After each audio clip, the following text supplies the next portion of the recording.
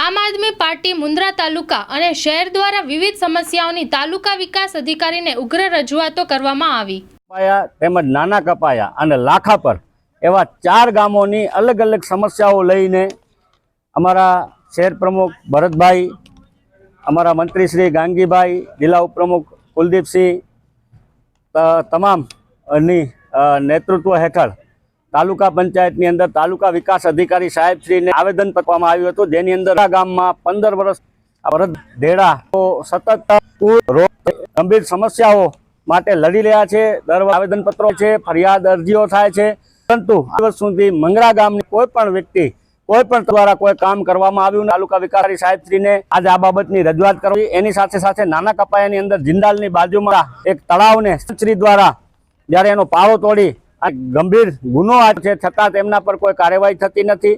એવી જ રીતે મોટા કપાયાની અંદર પણ ગટરની વર્ષો જૂની સમસ્યાઓ છે, આ સમસ્યા હલ થતી નથી। લાખાપર ગામની અંદર ગાંગીભાઈ અમારા જિલ્લા મંત્રીશ્રી સમસ્યા લઈને આવ્યા છે। ગૌચર જમીનનો બહુ મોટો મુદ્દો છે। ગૌચર જમીન 40 એકર પર કબજો છે। આ કબજો દૂર કરવા માટેની પણ ફરિયાદ અરજીઓ મામલતદાર શ્રી, તાલુકા વિકાસ અધિકારી શ્રી તમામને આપેલી છે।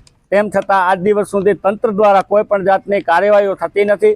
એના માટે આજરોજ અમે સૌ અહીંયા એકઠા થઈ અને અમારા તાલુકા, જિલ્લા અને શહેરના પ્રતિનિધિ મંડળ દ્વારા તાલુકા વિકાસ અધિકારીને રજૂઆત કરવામાં આવી છે।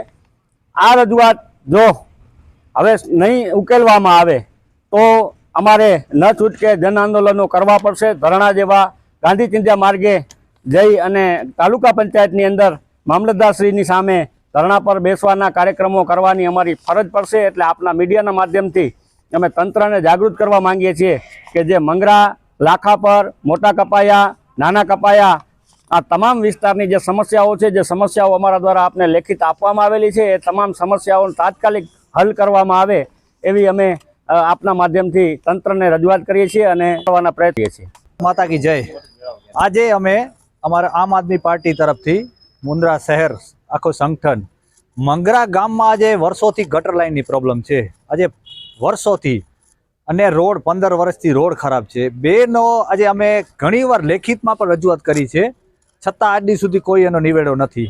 તો આજે અમે સાહેબશ્રીને આવેદનપત્ર દ્વારા લેખિતમાં આવેદનપત્ર આપવામાં આવ્યો છે અને ગામ મંગરામાં થોડુંક અમારું કામ કરવામાં આવે એવી રજૂઆત કરવામાં આવી છે।